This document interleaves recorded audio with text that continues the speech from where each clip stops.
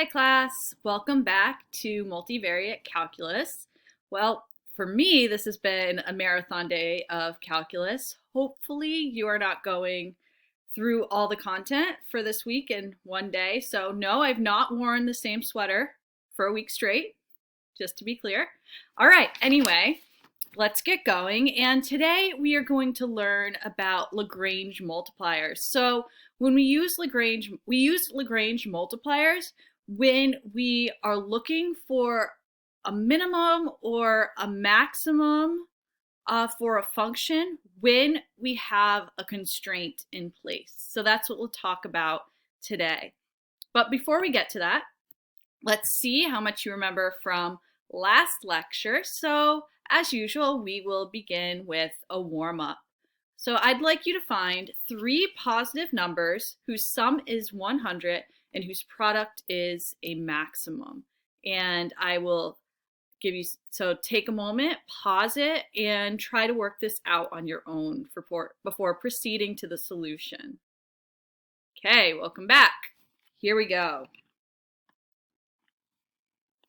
So, find three positive numbers whose sum is 100 and whose product is a maximum. So we need some numbers. So I'm going to call, I'm sure call the numbers whatever you want, but I am going to call these numbers x and y and z. So x plus y plus z is equal to 100. So this tells us, so we can go through and simplify this. So solve for one variable. Let's solve for z. Z is going to equal 100 minus x minus y. And we need to have a product that is a maximum. So our product can be defined, let's call it P, is equal to x times y times z. Okay, so this is what this is the function that we are trying to maximize. So let's just rewrite this out so that P is a function of two variables, x and y. So this is going to be x times y, and z is 100 minus x minus y. Okay, and let's just expand. So this is going to be 100 x times y minus x squared y minus x y squared. Okay, and so as we have been doing, let's start by taking the first order partial derivatives. So first, with respect to x. So in this case, we're going to have 100y minus 2xy minus y squared. Okay. And similarly, with respect to y, we're going to have 100x minus, let's see, x squared minus 2xy. Okay, so let's begin by setting our partial with respect to x to 0. So 0 is going to equal 100y minus 2xy minus y squared. Okay? And so I think the best thing to do here for us would be to factor out a y. So 0 is equal to y times 100 minus 2x minus y. All right, so of course one solution would be y equals 0. But that is not going to give us a maximum product, right? Anything times 0 is 0. So this will not help. It will not give us a max.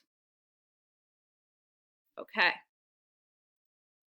And so then, lastly, we have y is equal to 100 minus 2x. Okay, so what we can do here then is we can set our partial with respect to y to 0 and sub in 100 minus 2x for our y. So let's keep going with our warm-up.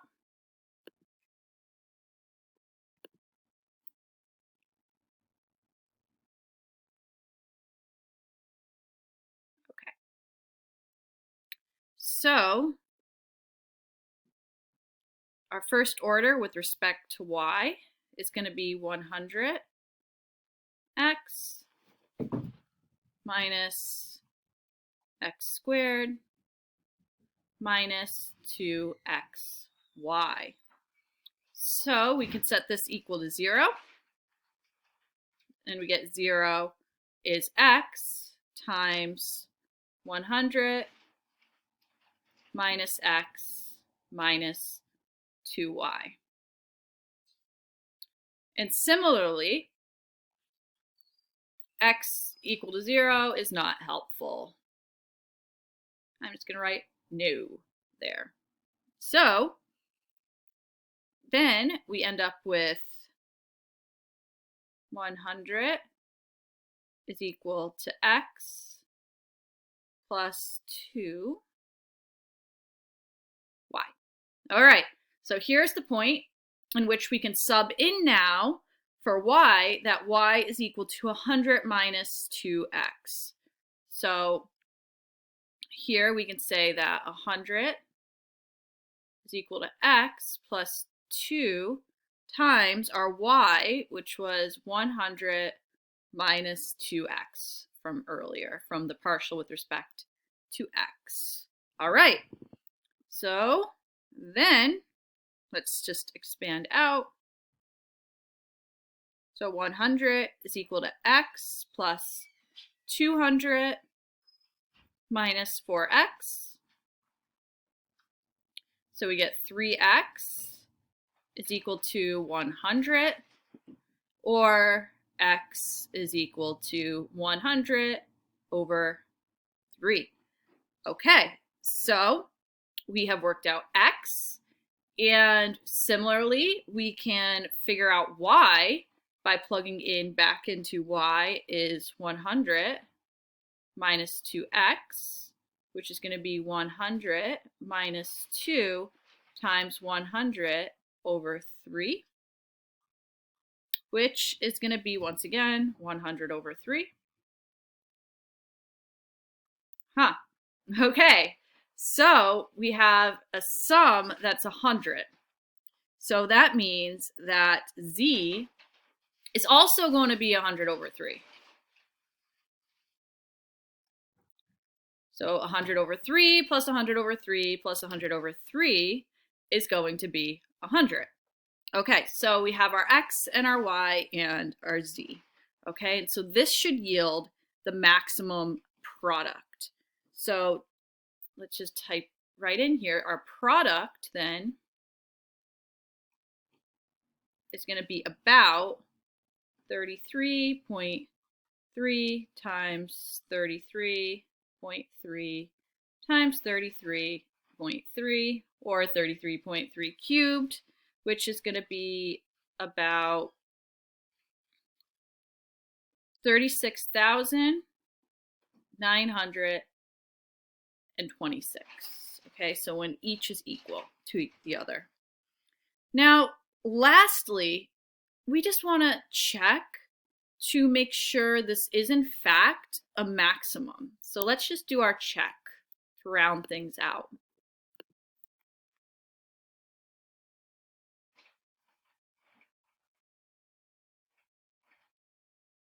So we're going to check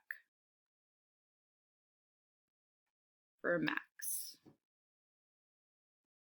Okay, So let's look at our second order partial derivatives. So with respect to x, you should have gotten minus 2y. With respect to y, you should have gotten minus 2x. And for the mixed second order partial, you should have gotten 100 minus 2y minus 2x. So then we can calculate d at our points for our first two values. Okay, because remember, p was a function. We simplified p to be a function of two variables by starting with solving for z. So there's our x and y there. Okay, and so this is going to give us minus 2 times 33.3 times minus 2 times 33.3 minus 100 minus 4 times 33.3, right? Since x and y are equal, so I just simplified there. So minus 2 is minus 4. I'm going to square that. Okay. And so d is going to be, so this first portion right here comes out to 4,435.56. Okay, minus, oh no, sorry, dropped my notes. I'll be right back. Okay, I'm back. So minus 1102.24, and that is going to give us 333.3, okay, which is of course greater than 0. All right, so this is going to be a local min or a local max. So we're concave down, okay.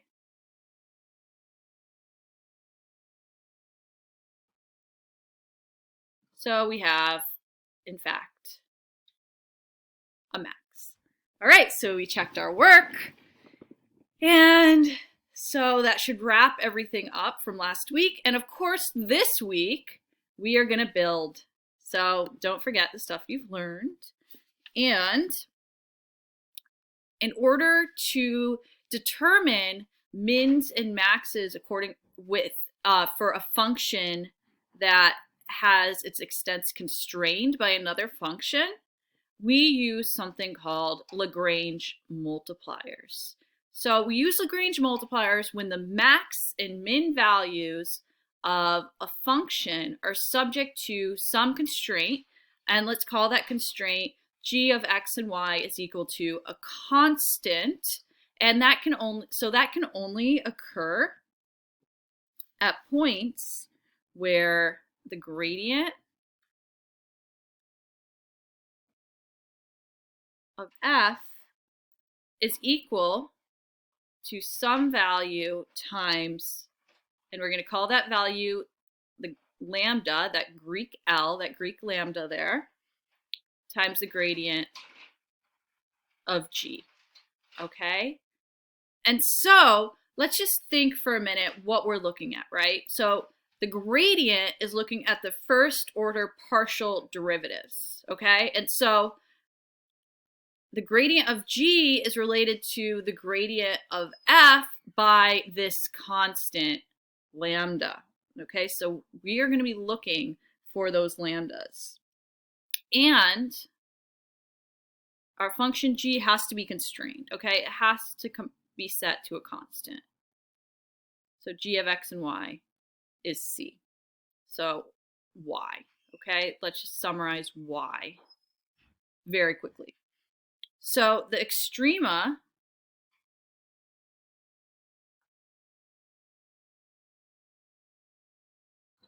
of our function, subject, that's an f, okay, subject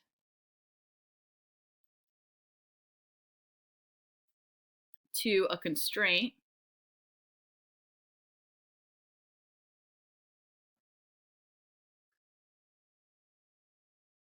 and I'm just going to say subject to, without writing it all out again, G equal to constant, occur when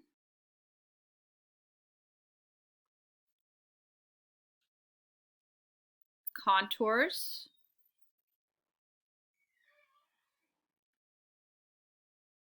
of F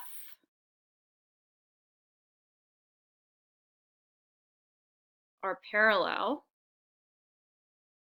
to contours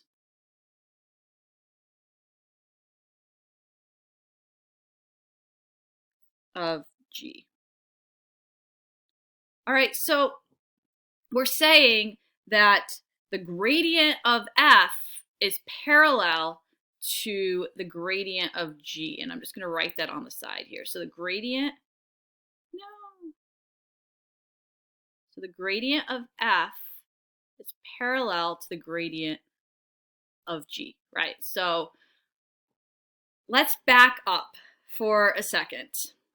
Now think back to, oh gosh, level curves and contour diagrams, right, where we were setting our function, where we were plotting our function where it equals a certain constant, right, our two variable function. So f of x and y is equal to some constant, right? And so in this case, what we're doing is we're following along those level curves for f. When they're equal to one constant value, the same constant, you're going to be flat, right? We're going to be flat along a level curve. So similarly, when we have G equals a constant, you're also going to be flat there. So G is going to be parallel to F there. And that's what we're looking for. We're looking for a lambda value, so that, because we're forcing F to be parallel to G. That's what we're looking for. That's where we're looking for these extremes. So if G is a constant, defines a closed and bounded region, and F is continuous, then there must be a global max and min of F subject to G equal to that constant. And so let's just now outline our method. Okay, so here's our method. Step one. We are going to find points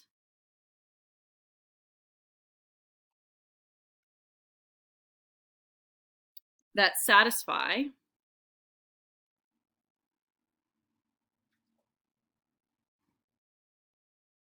the gradient of F is equal to lambda times the gradient of G, and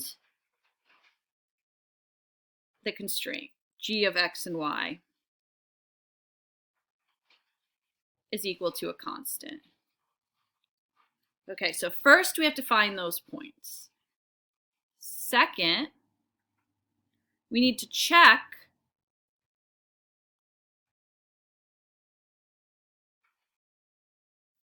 that G of x and y equals a constant is closed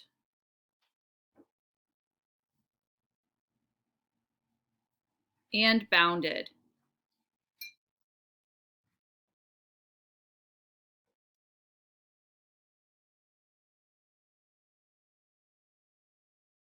Okay.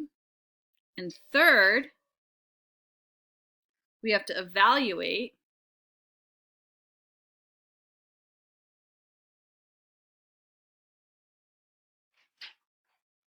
the function f of x and y at the points.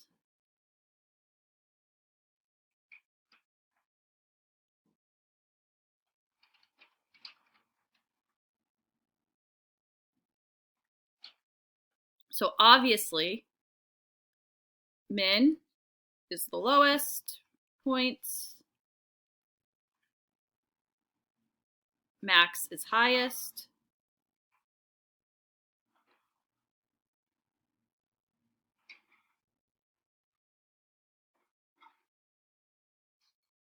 Okay. And what we have to do is determine the function we have to look at the function output at that point to determine whether it is a max or a min. All right, so I know you are amped to try it out now. So we are going to go through an exercise together in a brief moment. Okay, so we are going to use Lagrange multipliers to find the max and min values of f of x and y is equal to x squared plus 2y squared, subject to the constraint x squared plus y squared is equal to 1. So we begin following the same procedure we had been before for extrema and saddle points. So we have to begin by determining the gradient for f. So the partial with respect to x in this case is going to be 2x. The partial with respect to y is going to be 4y. Okay, so this gives us the gradient of f is going to be 2x I hat plus 4y j hat. Okay, so now we're going to let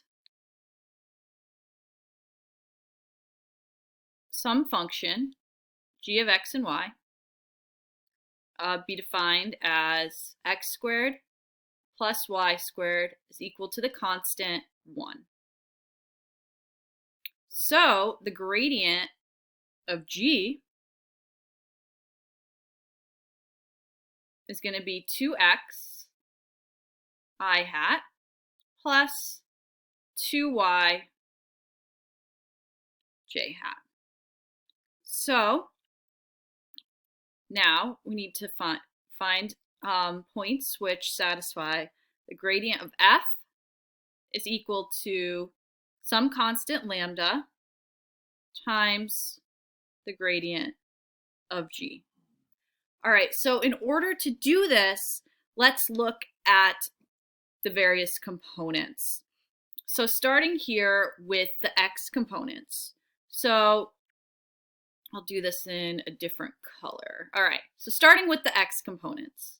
So the x component for the gradient of f is 2x, and for the gradient of g is also 2x. So we have 2x is equal to lambda times 2x, right? And I know that you're going to just be so tempted to just cancel everything out and say that lambda is 1. But that's one option, okay? So one of the most challenging pieces of working with Lagrange multipliers is you have to factor carefully without oversimplifying and losing solutions. Okay, so another way to write this is that x is equal to lambda x, all right? And so we can factor this if we do x minus lambda x is equal to 0.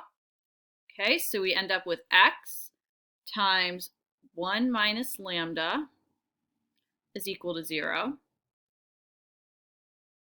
And so, yeah, lambda equals 1 is one possibility.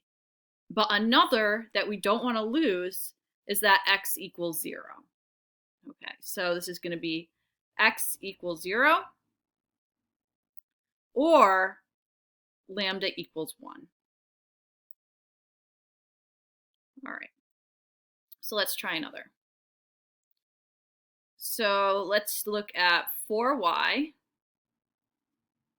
is equal to lambda 2y. So these are the y components, so the j hat components of each, of f and g, of the gradient of f and the gradient of g. So here we end up with 2y is equal to lambda y. So we ultimately get y times 2 minus lambda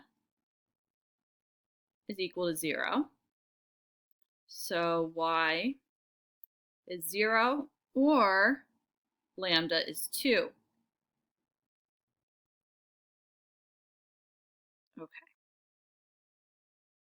Now,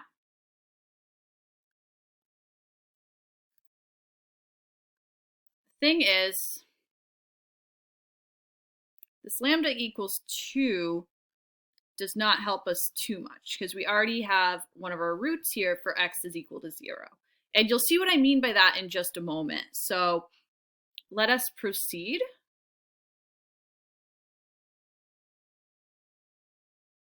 All right, so let's keep going.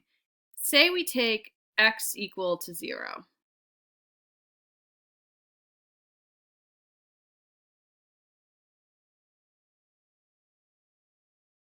So from, oh, and let's just keep in mind that this is exercise 22.1. Okay.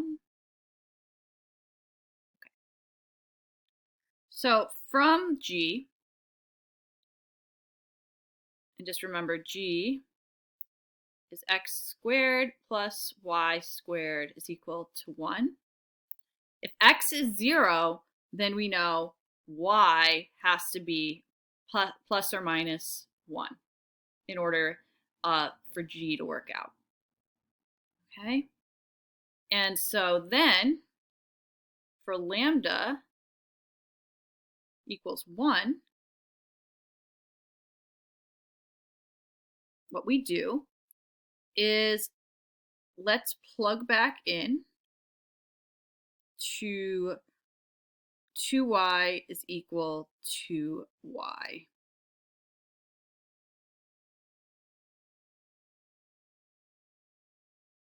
So this was from setting our y components, okay? So this was our 2y is equal to lambda y. So here's the thing to keep in mind. The lambda takes on a value, okay? So lambda's 1 in this case because we already have know the equality, or we already know that 2x is equal to lambda 2x has to work. And so lambda being 2 does not work for that instance. Okay, so here, let's take 2y is equal to lambda y, and I plugged in 1 for that lambda. And now let's see what we get. So this tells us, this confirms that y is 0. All right, so we didn't even necessarily need to go through this step because we already found y is 0 earlier. So using y is 0 from G, we end up getting x is equal to plus or minus 1. All right, so you probably could have figured this out just kind of by looking at it, but we need to go through these steps to get used to the process because these problems do get more complex. Now, we have our points. We have our critical points. And our points are going to be x is 0, y is 1, x is 0, y is minus 1, x is 1, y is 0, and x is minus 1, and y is 0. Okay, so we have 4 critical points that we are going to investigate further. Now, in order to figure out whether they are maxes or mins for us, we just need to plug them back into our function. So our function, remember, was f of x and y is equal to x squared plus 2y squared. All right, so f of 0, 1 is going to give us 2. F of 0 minus 1 also gives us 2. F of 1 and 0 is going to give us 1. And f of minus 1 and 0 is also going to give us 1. All right, so 0 and 1 give us maxes, and 1, 0, and minus 1, 0 give us mins.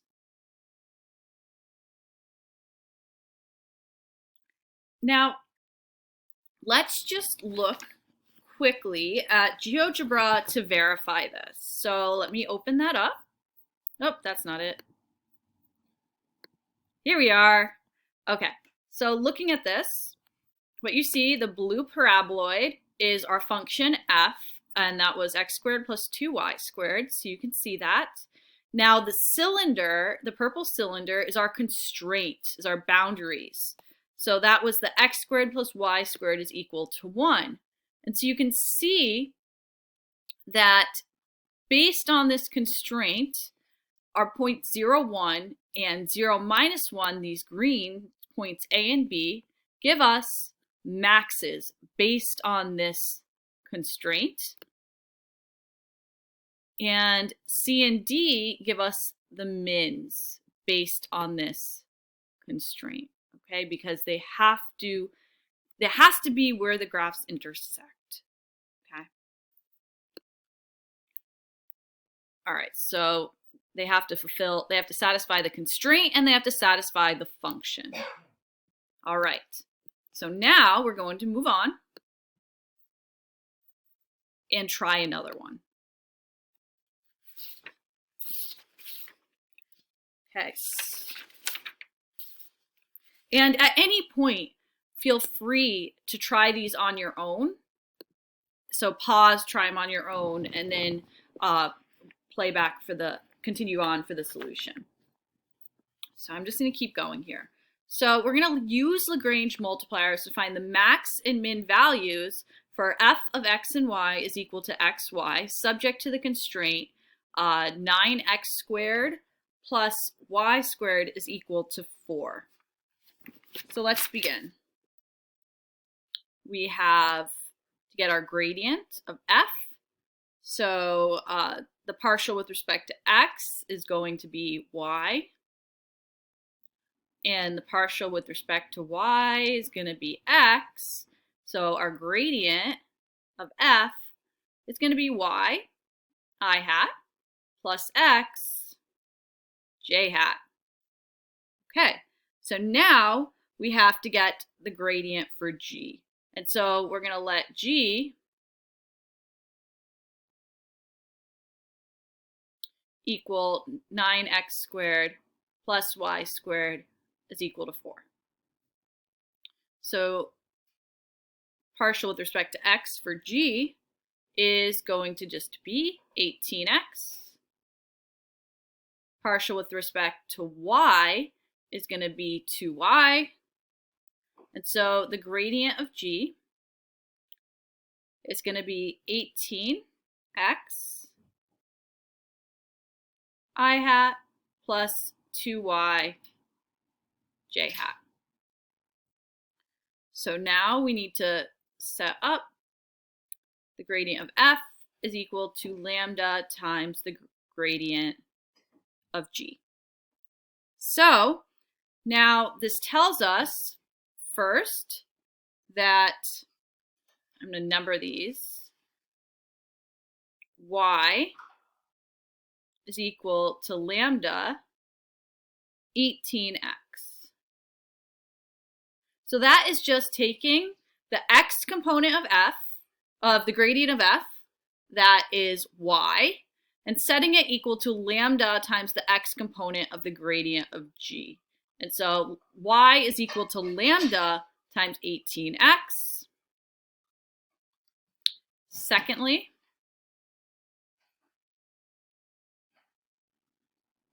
we have lambda, x is going to be equal to lambda times 2y, if I can write that correctly. So x is going to be equal to lambda times 2y. Oh no.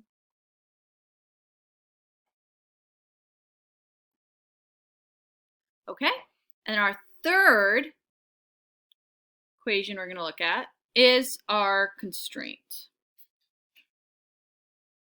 going to be 9x squared plus y squared is equal to 4. All right, so let us start by setting x. So what I'm going to do is I'm going to combine 1 and 2. So here I have y is equal to lambda 18x. Okay, and here I have x is equal to lambda 2y. So for y, I'm going to plug in lambda 18x. So x is equal to 2 lambda times y, which is lambda 18x, or 18 lambda x. So x is going to be equal to 36 lambda squared x. So remember, we have to get the roots. So 0 is going to be equal to 36 lambda squared x minus x. So 0 is equal to x times 36 lambda squared minus 1. So this tells us that x is 0, or that lambda squared is equal to 1 over 36. So that means that lambda would be plus or minus 1/6.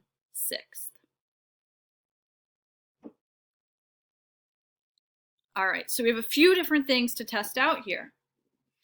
Now we have to test out x equal to 0. We're going to test out lambda equals 1/6, and we're going to test out lambda equals minus 1/6. So I'm going to open up a new sheet to try that.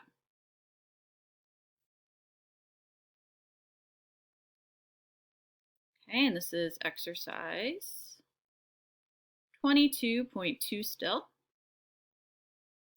Okay, so let's start with x equal to 0. So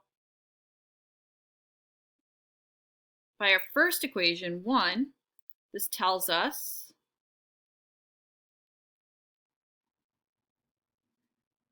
that y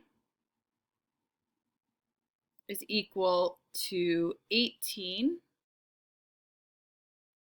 over 6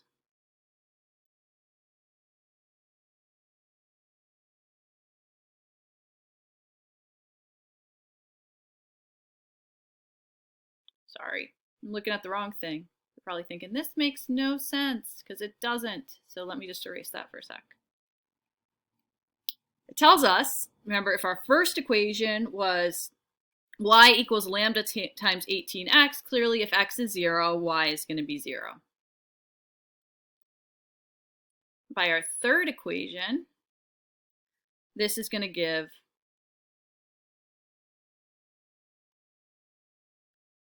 zero plus y squared is 4, which tells us that y is equal to plus or minus 2. All right. So let me just write down that third equation again so we can look at this closer all in one shot. So that was our constraint. That was the 9x squared plus y squared is equal to 4. All right, so if x is 0, that would mean make y plus or minus 2.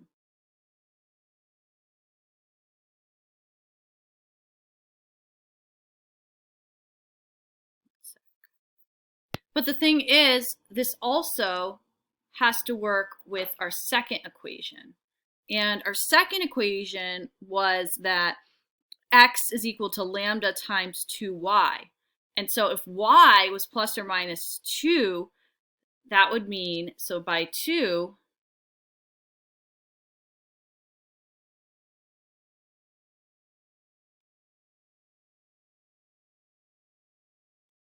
if we plugged in plus or minus 2 for y, it says that 0 is equal to plus or minus 2 if x is 0. Okay, and that, of course, is not true, so x cannot equal 0. So why we have to check all our critical points. So that is not a solution. So now we got to keep going. So now let's explore lambda equals 1/6.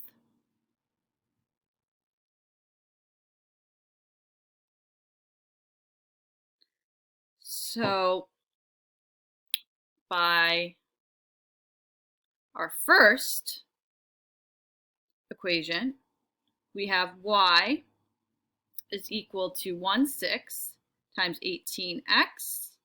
So it's going to be 18 over 6x. So that tells us that y is equal to 3x. By our third equation, we get 9x squared plus 3x squared is equal to 4. And so we get 18x squared is equal to 4. So 9x squared is equal to 2. So that tells us that x is equal to plus or minus the square root of 2 over 3.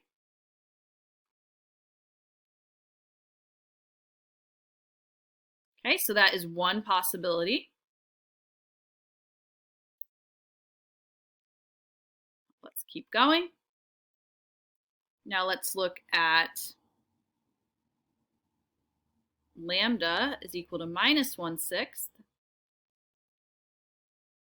So by our first equation, we end up with y is equal to minus 18x over 6. So then we get y is equal to minus 3x.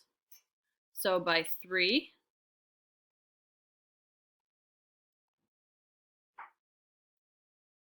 we get x is equal to plus or minus the square root of 2 over 3, once again.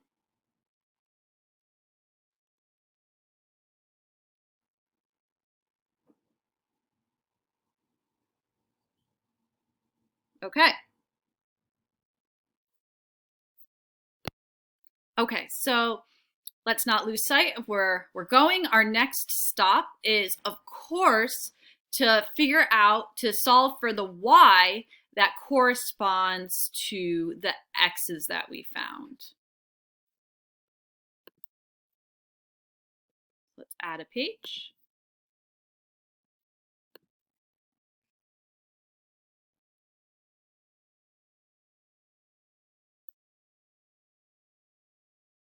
So now we're almost there. For the lambda equal to 1/6, we have x equal to plus and minus the square root of 2 over 3. Let's start with the positive. So square root of 2 over 3. And so that gives us a y equal to 3 times the square root of 2 over 3. So remember, we have to satisfy the equation, the three equations, all three, that we wrote a couple pages back. Okay, and so that's going to be equal to the square root of 2. All right, when x is equal to minus the square root of 2 over 3. This is going to give us a y equal to minus root 2.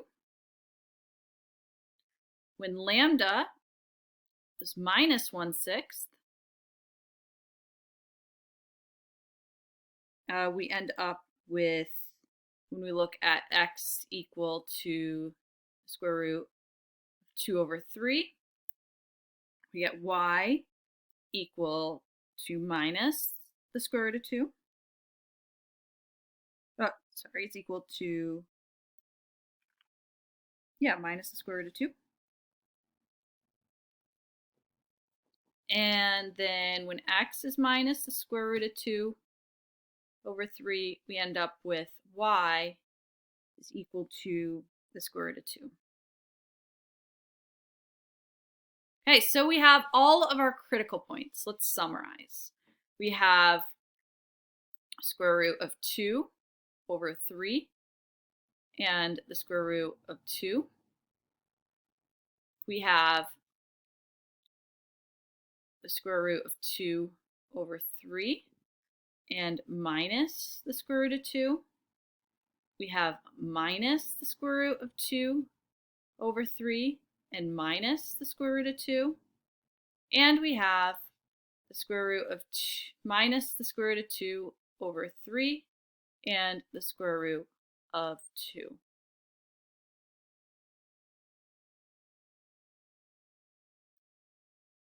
All right. So let's just figure out our extrema. All right, so it turns out that when you have f of square root of 2 over 3 and the square root of 2, this is plugging it back into our initial function. That's going to be equal to 2/3, which is also equal to our output if we have f of minus the square root of 2 over 3 and minus the square root of 2. Okay. And then if we plug in f of, let's see, what are we missing? Square root of 2 over 3 and minus the square root of 2, so opposite signs. That's going to give us minus 2/3, and that's going to be the same as if we have the other opposing sign points. So that's going to be minus the square root of 2 over 3 and minus, and just the square root of 2. Okay, so these are our maxes, and these two are our mins. After all of that. All right, we did it. Now let's go through a few more exercises, and once again, feel free to try this one out on your own first. Okay, so now we're going to use Lagrange multipliers to find the max and min values of the function x minus 1 squared plus y minus 2 squared, subject to the constraint x squared plus y squared is less than or equal to 45. So now we have an inequality thrown into the mix. So let's just note something before we begin. So note. The max and min values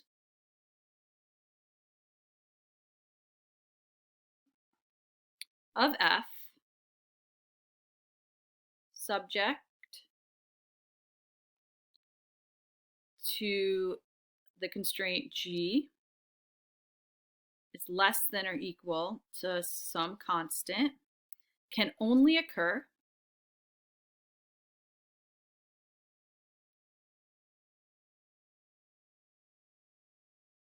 at points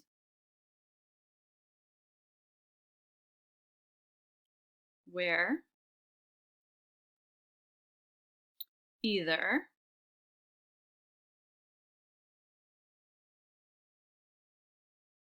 one G is less than C, and the gradient of f is 0 or is undefined,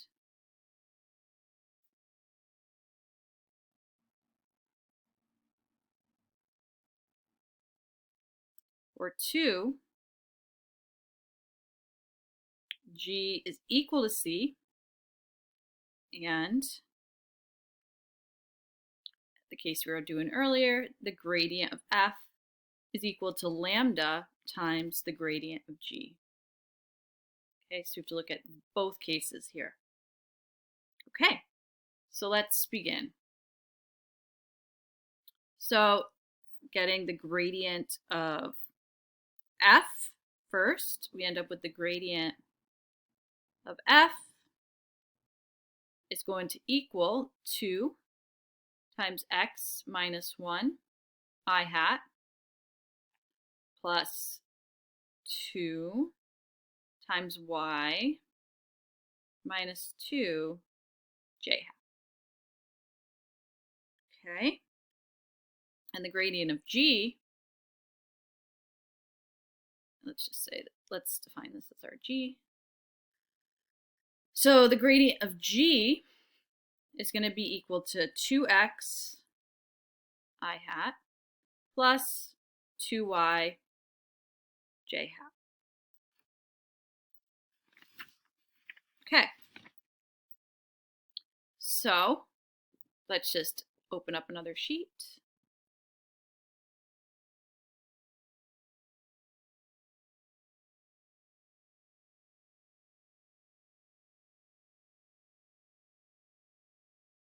Okay, so once again, our gradient of f is 2 times x minus 1 I hat plus 2 times y minus 2 j hat.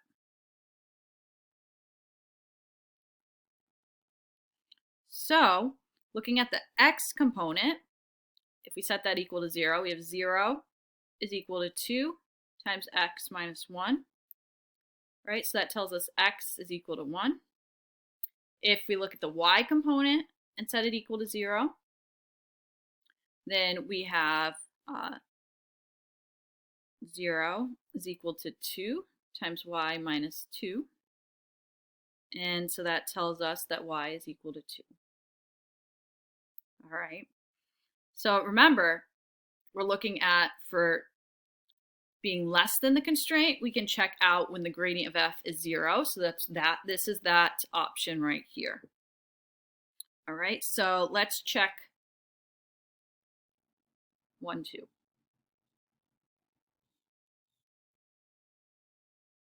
All right, so let's keep going. So this is case 1. Let's look at case 2, where g is equal to the constraint. So now we end up with 2 times x minus 1. So the x component of f is equal to, let me just write our gradient of g back down. So the gradient of g, once again, was 2x I hat plus 2y j hat. So now we set that equals the x component times lambda, which is going to be lambda times 2x. And so we end up with lambda is equal to 2x minus 2 over 2x. We could do the same thing for our y component. So we end up with 2 times y minus 2 is equal to lambda times 2y, which gives us a lambda equal to 2y minus 4 over 2y.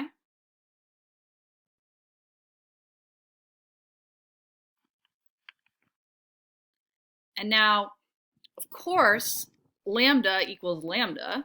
So 2x minus 2 over 2x is going to equal 2y minus 4 over 2y. Okay. Now, don't be super tempted to start crossing a bunch of things out. We can simplify a tad, so we can divide through by 2 on both sides. And when we do that, we end up with x minus 1 y is equal to y minus 2 times x. Okay. And so then we get x times y minus y is equal to x times y minus 2x. So we get y is equal to 2x. Okay. Now we have to go through and satisfy our constraint. So we have to plug this into our constraint. So now let's keep going.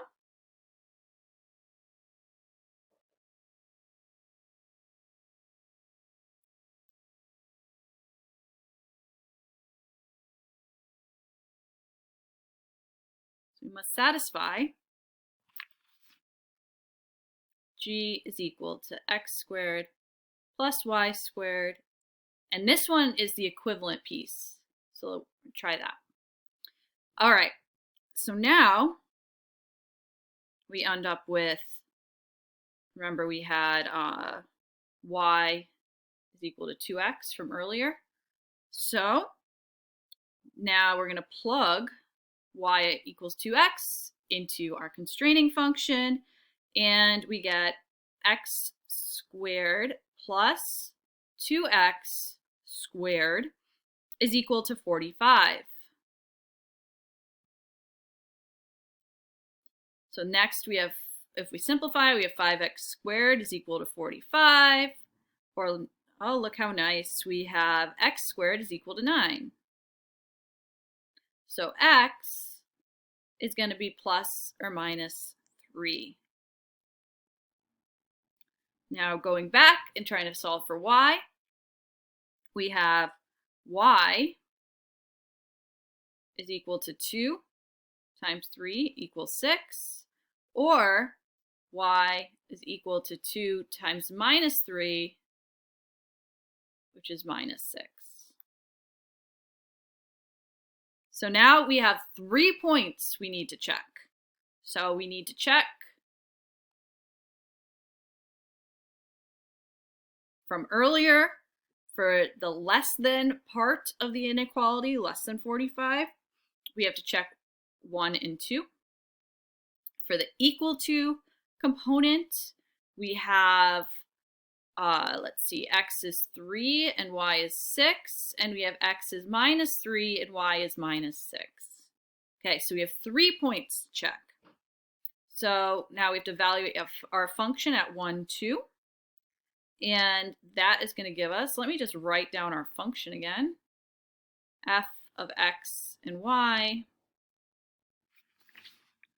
is x minus 1 squared plus y minus 2 squared.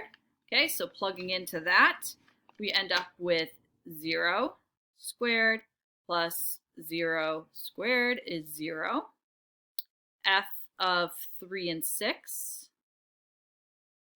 is going to give us 2 squared plus 4 squared. Okay, and so this is going to be 4 plus 16, which is 20. And f of minus 3 and minus 6 is going to be 2, is going to be, so in this case, we have minus 3 minus 1, which is minus 4 squared, plus minus 6 minus 2, which is minus 8 squared, which is 16 plus 64, which is going to give us 80. Okay, so finally, we have our min at 1, 2, and we have our max at minus 3 and minus 6. And otherwise, 0.36 doesn't give us any max or min based on the constraint. All right. So of course, with any of these, feel free to go through and check them on GeoGebra just so that you can have a better visualization of what is going on. Now, I have one more to run through with you for this lecture. And for this one, I would like you to certainly try this on your own first and before watching and going through the solution. So give it a shot first. So now would be a good time to pause. All right, and welcome back. Let's go through the solution. Now, we're using Lagrange multipliers to find the maximum and minimum values of f of x and y is equal to xy, subject to the constraint. Once again, we have an inequality, so we have to look at both the less than portion and the equal to portion. And so this is going to be our g. X squared plus 2y squared is less than or equal to 1. So that is our g. Okay, so let us begin. So the gradient of f is going to be y I hat plus x j hat. All right. And so this is going to equal 0 when, of course, x and y are 0. So at 0, 0. So that's one point we're going to want to check. So make sure we check this. So then we have the gradient of g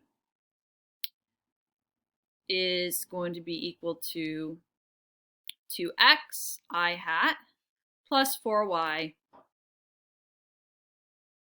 j hat. All right.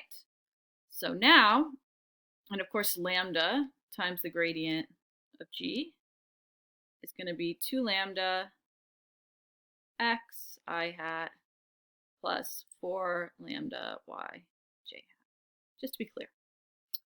Now, we need a few different equations that we're going to look at. We're going to look at first y is equal to 2 lambda x. Okay, so this x component, y is equal to 2 lambda x.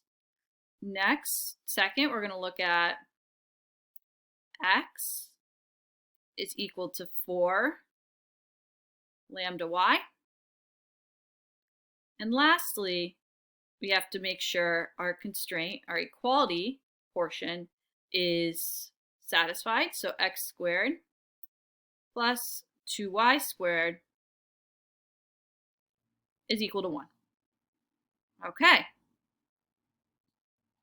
So putting 1 and 2 together, we end up with x is equal to 4 lambda times 2 lambda x.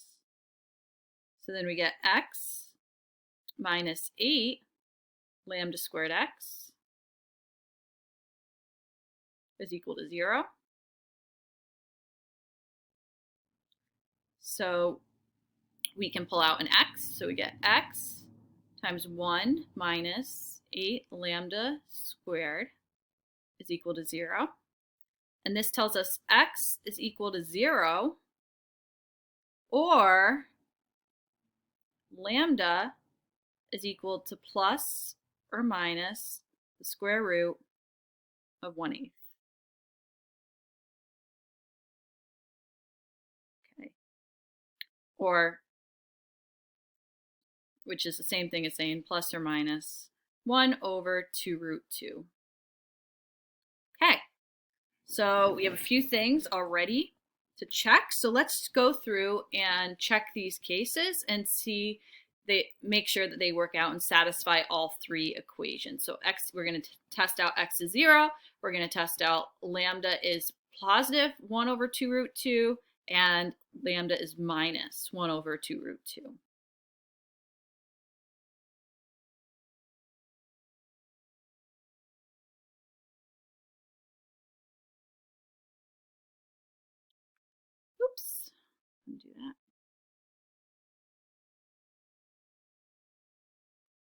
Now so we're going to start with x equal to 0. So plugging that into our second equation, we end up with 0 is equal to 4 lambda y, okay, which tells us that lambda is 0, which tells us that y is 0, which tells us that if we plug that in to our third equation, we end up with 0 equals 1. So this is not going to satisfy our constraint. Can't use that. All right, so now we're going to try lambda is equal to 1 over 2 times the square root of 2. So plugging into our first equation, we end up with y is equal to 2 times 1 over 2 root 2 times x. Okay, and so then this is going to equal x over 2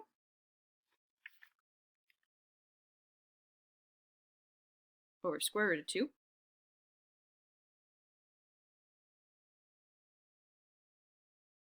Just canceled out that 2 in the numerator and the 2 in the denominator. So if we plug that into our third equation, we end up with x squared plus 2 times x over the square root of 2 squared is equal to 1. So then from there, we have 2x squared is equal to 1. So that gives us x is equal to plus or minus 1 over the square root of 2.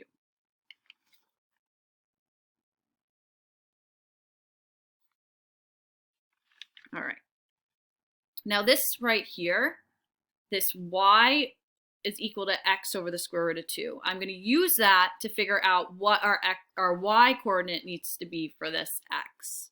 Okay, so that's what I'm plugging in next. So y is going to be x over the square root of 2, which is going to be equal to 1 over square root of 2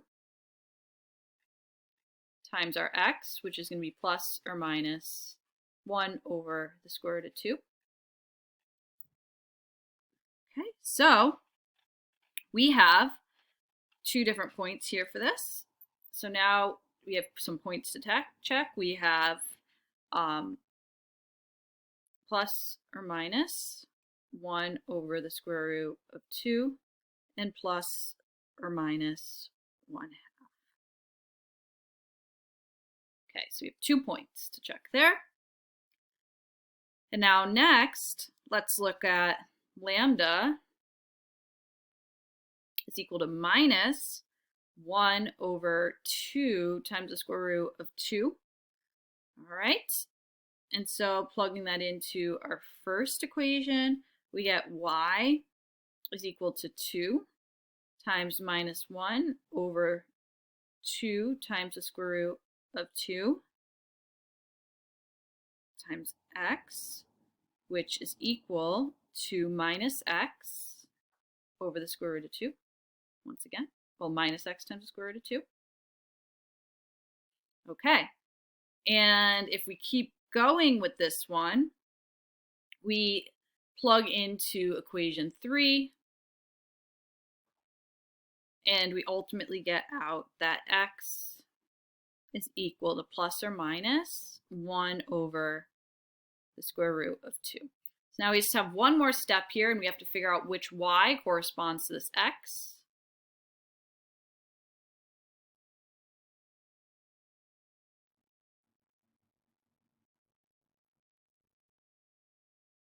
Okay, so here we have y is equal to minus x over the square root of 2, and we have to plug in x is equal to plus or minus 1 over the square root of 2. So this gives us 2 more points, and we end up with 1 over the square root of 2 and minus 1/2 and minus 1 over the square root of 2 and 1/2. Okay, now finally we can go through and plug these 4 points, well 5 because we had that 0, 0 from the inequality earlier, back into the function. So the points that we're looking at are 0, 0. We had, let's see, 1 over the square root of 2 and 1/2. We had minus 1 over the square root of 2 and minus 1/2. We had 1 over the square root of 2 and minus 1/2. And we had minus 1 over the square root of 2 and 1/2. And we're going to plug these back into our function. F of x and y is equal to x times y. Okay, so we end up with f of 1 over the square root of 2 and 1/2 is going to equal 1 over 2 times the square root of 2, just multiplying them together, which is going to end up being the same as if we were to multiply 2 negatives together. So f of minus 1 over the square root of 2 and minus 1/2. Okay, and then let's try the reverse. Let's try minus 1 over the square root of 2 and 1/2. And that's going to give us minus 1 over 2 root 2, which is going to end up being the same as that point with opposing signs. So f of 1 over the square root of 2 and minus 1/2. And then lastly, we're going to try 0, 0. And that's going to be 0. Okay, so stepping back for a second, you can see that these 2 points, 1 over root 2 and 1/2, and minus 1 over root 2 and minus 1/2, give us our maxes, and that minus 1 over root 2 and 1/2 and 1 over root 2 and minus 1/2 give us our mins, and f of 0, 0 equals 0. That's just going to be inside our region, so it's not going to be critical.